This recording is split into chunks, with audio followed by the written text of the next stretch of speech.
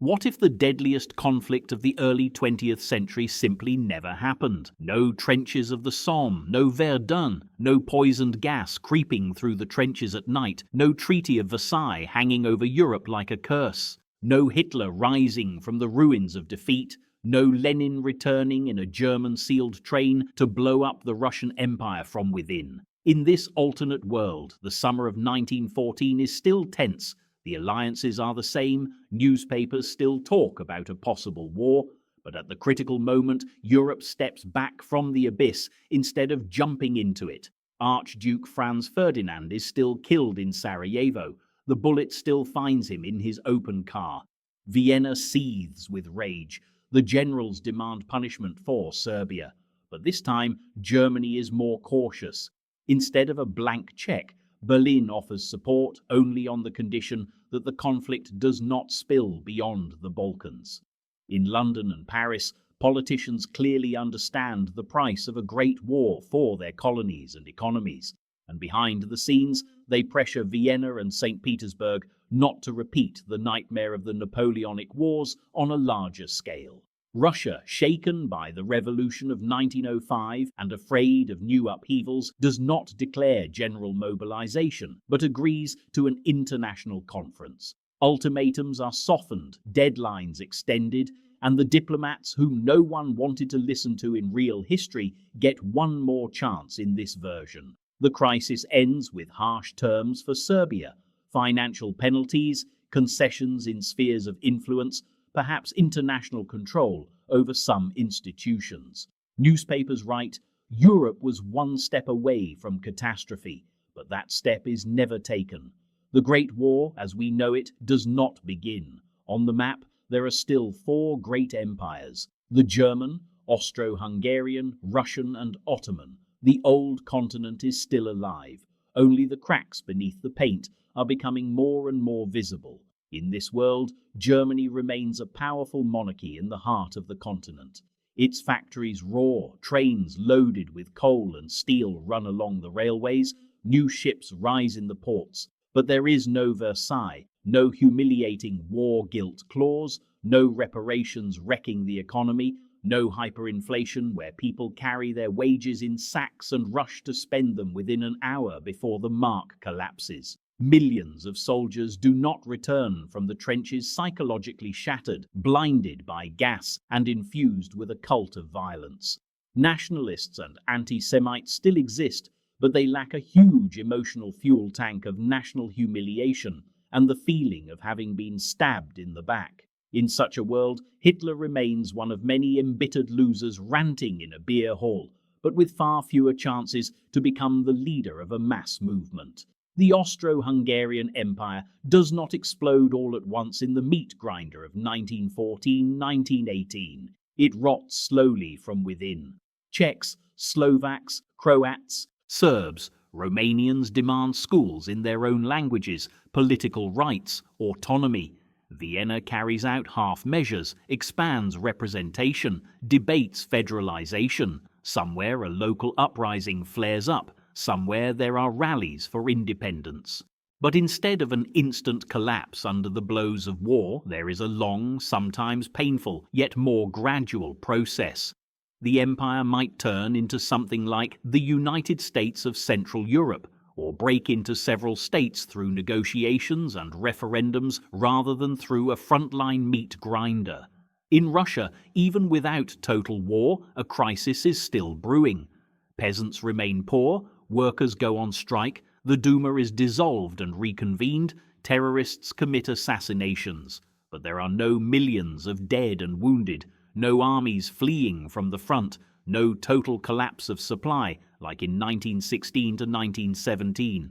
The regime may creak, but not snap at once. Revolution is still possible, but it may be different. Not a sharp Bolshevik coup with civil war, but a gradual squeezing of Tsarist power toward a constitutional monarchy or moderate socialism. Lenin, without German money, without a collapsed front, and without a ready mass of radicalized soldiers, likely remains an important but not decisive figure. In this world, it is quite likely that the Soviet Union as we know it, with Stalin's purges and the Gulag, never comes into being. The Ottoman Empire, the sick man of Europe, also does not die instantly. It continues to lose territories in the Balkans, in North Africa, in Arabia, but not under the blow of a grand coalition army and not as a result of secret deals like Sykes-Picot. Reformers try to modernize the army, bureaucracy and economy. Uprisings break out here and there, semi-autonomous regions appear. The borders of the Middle East are drawn gradually and possibly in completely different ways. There is no familiar set of Iraq, Syria, Jordan, Palestine in the shape drawn by European diplomats with a ruler on a map. The fate of a Jewish national home also unfolds differently. Migration may proceed more slowly, other projects emerge, longer and more complex negotiations take place. The colonial world, paradoxically, suffers longer. In real history, the First World War exposed the weakness of the metropoles and allowed colonial soldiers and workers to feel their own strength. In our alternate scenario, London and Paris retain more resources and prestige and hold on to India, Africa and other possessions for longer. Movements for independence still arise, but they find it harder to rely on international support and the moral shock that, in our reality, 2 world wars produced. Instead of a great wave of decolonization after 1945, we might see a drawn-out chain of local but brutal wars for freedom in the 1960s, 70s, or even 80s. The United States also follows a different path. Economically, it still becomes a giant. Industry grows, cities expand, Hollywood makes movies, consumer culture develops. But there is no pretty picture of America comes to Europe to save the world.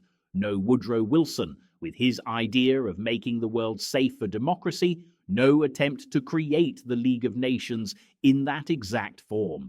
The US remains relatively isolated for longer, and Europe stays the center of global politics and finance for some time. Without the Second World War, there is no Marshall Plan, no occupation of Germany and Japan, no NATO in its familiar shape. America still eventually becomes a superpower, but not through 2 world wars in a row, rather through trade, technology, culture, and a long struggle for influence. The main question, would there be a Second World War at all?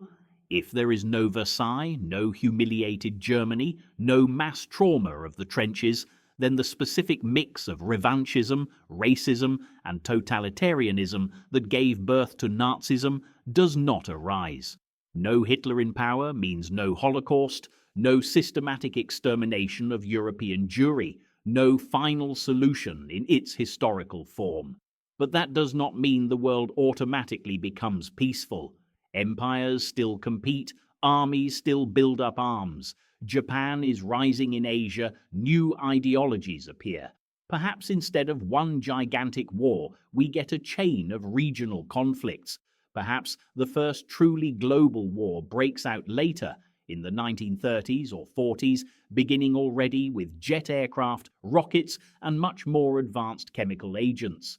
At the level of everyday life, this alternate century looks strangely familiar and alien at the same time. A German worker in Berlin still complains about his boss and prices, but he does not come home missing a leg and missing sleep after gas attacks.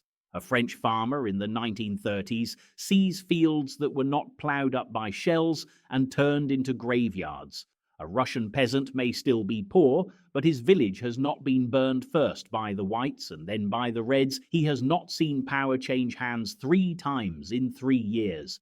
A Jewish family in Central Europe still faces prejudice, but the shadow of death factories with gas chambers and crematoria does not hang over them.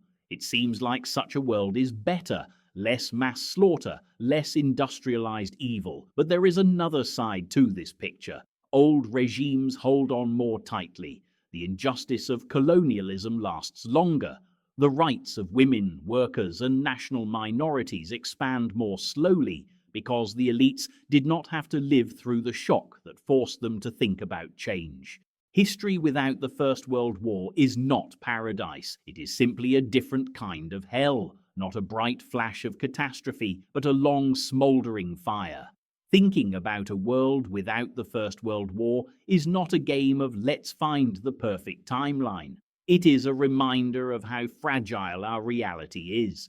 Countries, passports, borders, the languages we speak, all of this is the result of a chain of decisions, accidents, and mistakes.